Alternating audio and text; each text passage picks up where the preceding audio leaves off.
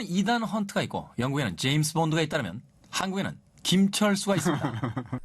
아프리카 해안에서 조업 중이던 우리 선박이 해적에게 납치됐다.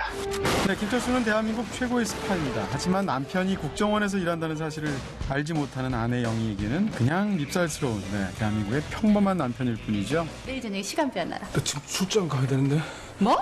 어느 날 그 남편 김철수는 북한 핵물리학자 백설이의 한국 망명을 돕는 작전을 위해 태국 출장 명령을 받게 됩니다. 그리고 그곳에서 작전을 수행하던 중 우연히 스튜어디스인 자신의 아내 영희가 태국에 같이 와 있다는 사실을 알게 되는데요.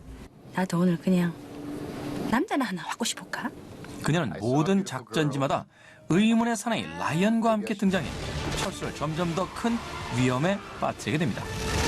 좀 들어갑니다. 마누라 잘 부탁합니다. 국가의 운명이 왔다 갔다 하는 절체절명의 상황. 과연 철수는 나라도 지키고 마누라도 지킬 수 있을까요? 나라가 먼저냐 마누라가 먼저냐, 일명 딜레마 프로젝트 영화 스파이입니다. 자, 이 영화 스파이가 처음부터 코미디를 지향하고 있다는 것은 이 등장인물들의 이름에서부터 드러납니다. 네. 남자 이름이 김철수고 아내 이름이 영희라는 것에서부터. 철수하고 영희죠. 그렇죠. 액션과 코미디를 접합한 그런 작품인데요. 장르적으로는 코미디에 가깝지만 또 의외로 액션의 비중도 굉장히 높은 작품이고요. 굉장히 코믹하고 밝고 경쾌한 분위기로 가되 볼거리는 확실히 돈을 들이고 제대로 만들어보자. 이렇게 해서 양쪽을 충족시키는 것으로서 명절 관객을 잡아보자라는 기획이라고 볼 수 있겠죠. 아마도 가장 인상적이었던 것은 설경구와 문소리가 박하사탕과 오아시스 이후 11년 만에 다시 만난다. 네. 그래서 두 배우의 호흡에 대한 이야기가 굉장히 많았는데 I'm quite sure that I told you it's $1 million. 영화 속에서 부부가 처음 대화하는 것이 남편은 지금 소말리아의 그 해적들한테 잡힌 한국의 선원들을 구출하기 위해서 어마어마한 협상을 지금 목숨을 내놓고 하고 있는데 지금 어디야? 나 지금 회의 중이거든. 회의는? 걸쭉한 욕과 함께 시작한다는 것 자체가 이제 둘의 관계와 이 영화의 성격을 보여주는 부분이고요. 금방 갈게. 그래. 일종의 굉장히 한국적인 아줌마 코미디라고 말할 수 있을 것 같고요. 반면에 또 이제 주눅든 그 남편의 모습은 또 굉장히 아저씨 코미디라고 얘기할 수도 있어요. 혹자들은 이 영화에 대해서 이제 두 가지에 대한 평을 내놓고 있는데요. 네. 7급 공무원의 해외 확장편이다. 혹은 True Rise의 네. 한국형 버전이다. 이런 이야기를 하고 있습니다. 네, 아무래도 후자 쪽이 맞겠죠. 일단 뭐 영화 속에서 부인이 남편이 특수요원이라는 걸 모르고 딴 남자한테 한눈을 팔게 되는 상황 자체가 이제 트루라이즈하고 똑같고요. 극 중의 주인공이 헬기나 전투기에 매달리게 되는 상황이라든지 이런 것들도 구체적인 장면들도 상당히 연상되는 부분들이 있죠.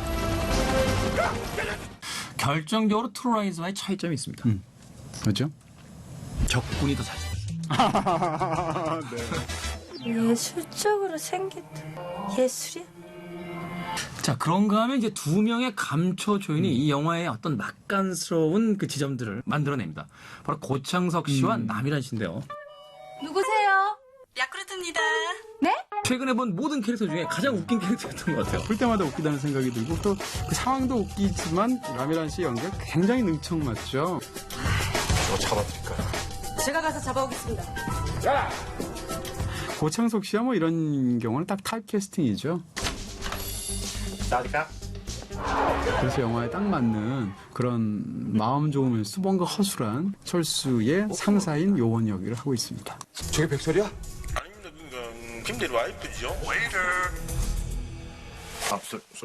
바로 그런 코미디의 부분들, 말하자면 이제 특수 장비를 이용한 코미디라고 봐야겠죠. 특수한 안경, 특수한 컨택트 렌즈를 통해서 그 소위 시점샷을 통해서 그렇습니다. 펼쳐지는 이야기들을 코미디로 응용했다는 측면에서는 또 나름의 어떤 미덕이 좀 있는 것 같아요. 네, 이 영화에서 가장 그 영화적으로 돋보이는 부분이 바로 지금 말씀하신 부분이고요. 이게 3차원 투시 안경인데 말입니다. 영화 속에서 두 차례 나오게 되는데 한 번은 특수 안경을 개발을 해서 현장에서 그 안경을 쓰면 그 상황이 다 그대로 전송이 되는 거고, 심지어는 후반부에서는 컨택트 렌즈를 통해서 역시 또 전송이 되는데, 이 경우에 현장에서 벌어지는 상황을 그것을 본부에서 지켜보는 사람들의 리액션을 통해서 코미디로 바꿔낼 수가 있죠. 그리고 또 그 상황을 두 번씩 복귀하기 때문에 현장에 대한 중계도 잘 될 수도 있고, 관객 입장에서 그런 면에서 굉장히 영리하고도 영화에 잘 맞는 그런 장치라고 할 수 있겠죠. 이 영화를 보면서 제일 아쉬웠던 것은 사실 출석 극장가에서 이렇게 그냥 평범하게 그냥 2시간 정도 말 그대로 킬링 타임을 하기 위해서 가서 보는 영화로는 아주 나쁘지도 않아요. 근데도 불구하고 아쉬운 건 뭔가 하면 아무리 그래도 영화라는 것이 일단 만들고 싶은 이야기가 있어서 그것을 영화적으로 어떻게 풀어낼 것인가를 고민하는 방식으로 영화가 만들어져야 되는데 이 영화는 일단 시즌을 먼저 생각해 놓고 그 시즌에서 얼마 정도의 관객을 동원할 것인가를 놓고 제작비 산출이 나오고 그렇게 해서 거기에 맞춰서 대충 맞는 이야기들 스토리를 골라서 뚝딱뚝딱 만들어낸 그런 레디메이드 기성품이라고 그럴까요? 그런 느낌이 있다는 거죠. 액션 코미디라고 한다면 액션이 코믹한 상황으로 이어지고 코미디가 액션이 돼야 되는 거거든요. 근데 이 영화에서는 그냥 액션 코미디라고 하니까 액션 따로 그냥 제대로 그럴듯하게 볼거리를 보여주려고 하고 코미디는 코미디 따로 또 구사를 하려고 하는데 이 자체가 굉장히 이물감이 있게 서로 따로 노는 것 같은 느낌이 든다는 거죠. Is that a fire?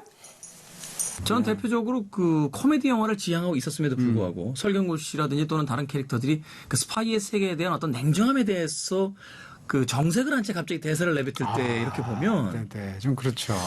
과연 이 영화의 지향점이 어디인지 좀 흐트러지는 듯한 그런 느낌도 있었거든요. 그렇습니다. 그 말을 농담으로 해야지 이 영화의 컨셉에 맞는 건데 말 그대로 굉장히 절체절명의 상황 속에서 정색을 하고 이게 스파이들의 운명이야 뭐 이런 대사들이 나오게 되죠.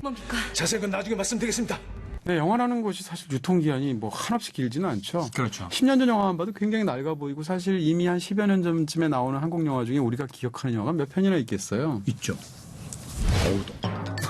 그거는 30년이네. 클래식이네, 클래식. 근데 영화마다 유통기한들이 다 다른데, 근데 아무리 그렇다 하더라도 어떤 영화는 그 유통기한이 지나치게 짧아서 극 중에 나오는 요구르트라든지 아니면 무슨 유제품처럼 그 유통기한이 너무 짧은 것을 스스로도 전제하고 만든다는 느낌이 있다는 거죠. 그런 면들이 참 영화를 보면서 어떤 아쉬워지고 안타까워지는 지점입니다.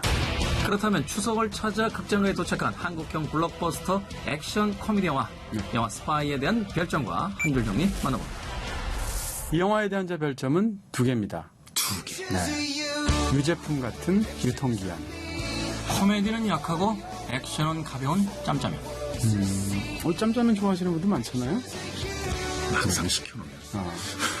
그 중에 하나를 선택을 해야 되는 거구나. 막상 시켜.